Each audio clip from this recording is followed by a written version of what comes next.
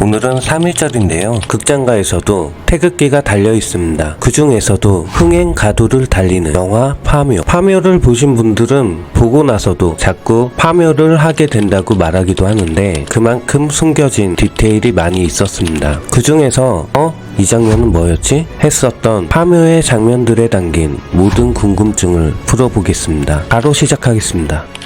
초반에 화림이 의뢰인의 아기를 보고 휘파람을 불렀는데요. 이것은 영을 자극하여 무속인을 바라보게 하는 행위라고 합니다. 그러니까 여기에 어떤 귀신이 있는지 또 어떤 현상이 있는지 자극하여 알아내려고 휘파람을 계속 부는 것이죠. 동서양을 막론하고 휘파람은 어떤 영적인 존재와 관련이 있다고 여겨졌죠. 우리나라에서도 밤에 휘파람 불면 뱀이 집에 들어와 집안이 망한다는 속설이 있잖아요. 그래서 어른들이 밤에 휘파람을 불지 말라고 하는 이야기가 있었죠. 마찬가지로 서양권에서는 휘파람을 부는 것은 악마를 부를 때 사용한다는 전승이 있습니다.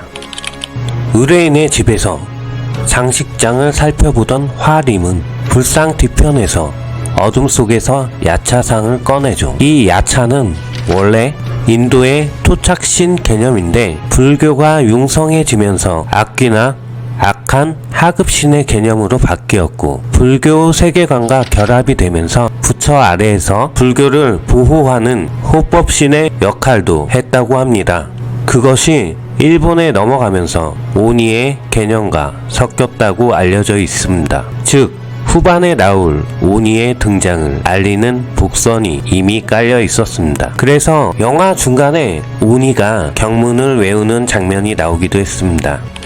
장의사 영근이 관 속에 쇠붙이를 넣지 말라고 하는 장면이 전반부에 나오는데 이것은 후반부에 금속 속성 오니를 혼내줄 때 최민식 형님의 피에 젖은 몽둥이를 쓰는 것의 복선으로 이미 나무와 금속은 상극이라는 것을 알려준 셈이죠.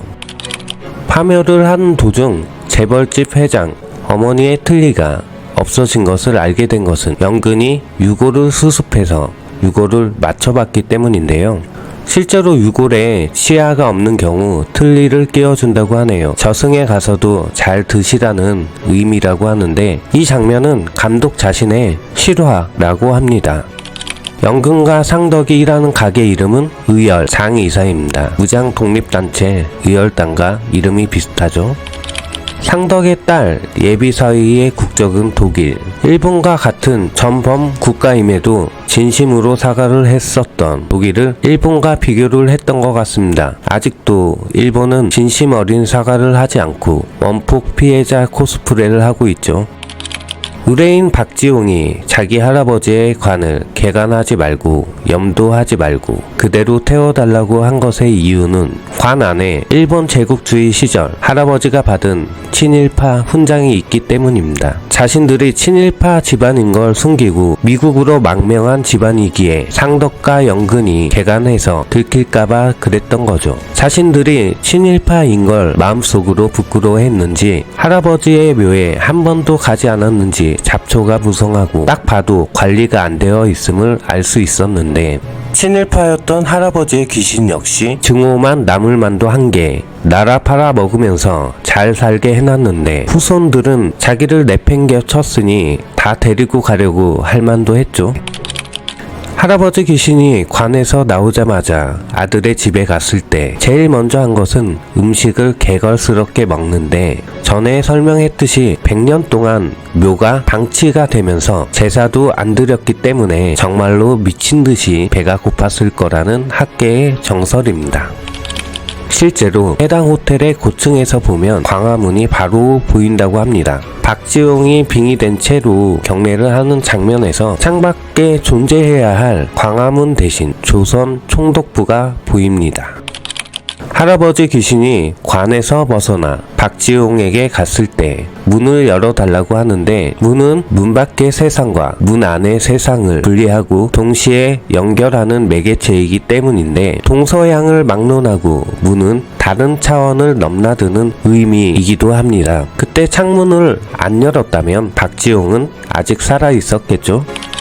며느리가 춤을 추는 장면. 이 장면은 그냥 며느리가 춤을 추는 것이 아니고 할아버지 홀령과 춤을 추는 듯한 묘사라고 전해지는데, 친일파의 대명사 이완용은 그의 며느리와 불륜 관계여서 아들이 스스로 목숨을 끊었다고 1909년 당시 신문에 날 정도로 소문이 파다했다고 전해집니다. 어느 정도 의도했던 장면 같죠?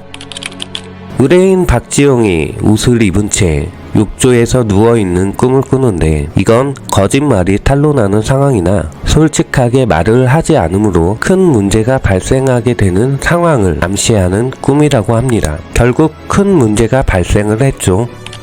박지용이 목이 돌아갈 때 냉장고에 비친 모습을 보면 두 손이 박지용의 머리를 돌리고 있다고 합니다. 묘로 올라가는 길에 보이는 큰 나무와 그 주변의 여우, 화림은 유달리 나무와 여우들을 쳐다보기도 했습니다. 해당 나무는 후반부에 나오지만 그 산을 지키는 당산나무로, 화림의 대사로는 주목나무라는 것이 나오게 됩니다. 그렇게 신령한 나무 주위에 여우들이 돌아다닌다는 것은 산신이 이미 죽었다는 의미였을 거라고 생각하는데, 그만큼 크게 자란 나무라면 그 산의 기운이 한때는 왕성했다는 의미겠지만, 한반도의 허리인 그곳에 새침을 꽂음으로써 기운이 뒤틀렸다는 것을 의미합니다. 매우 단단하고 곱고 뒤틀리거나 휘지 않는 나무로 마치 우리나라와 같은 나무입니다. 그렇기에 산신이 죽었음에도 화림이 산신인 척 위장해서 운이와 대화를 했던 이유가 되기도 합니다. 어떤 면에서는 굳은 의지로 뒤틀리거나 꺾이지 않고 싸운 이 땅의 독립투사를 뜻하는 것도 같죠? 참고로 촬영에 쓰인 나무는 느티나무라고 하는데, 굳이 주목나무라고 말한 것도 매우 단단한 우리 민족을 나타내고 싶었던 것 같습니다. 에필로그에서 화림이 구슬하다가 운이의 얼굴이 스쳐 지나가 깃발을 떨어뜨리고, 영근이 장례를 치르다가 시체의 얼굴이 꿈틀거리면서 놀라게 되죠. 상덕의 배에 피가 비치는 것은 이들이 모두 정신적, 육체적 트라우마를 가지게 된 것이라고 합니다. 감독 스스로 이 땅의 아픔을 파묘하고 싶었다고 전했으니 지금은 이들의 트라우마도 점점 옅어지지 않았을까요? 제가 전에 영상에서 이 영화가 오컬트 영화인 줄 알고 봤는데 항일 영화라서 아쉽다고 말을 했었는데요. 말 그대로 사전 정보 없이 영화를 봤었고, 사바하의 감성을 기대를 하고 봤던 영화였기에 했던 발언이었습니다. 말 그대로 왜 이렇게 영화를 만들었는지, 그리고 안의 디테일을 점점 더 볼수록 현 시대를 살아가는 우리에게 정말 하고 싶은 말을 전했다고 생각이 되더라고요. 오늘은 3.1절이었는데요. 우리나라를 위해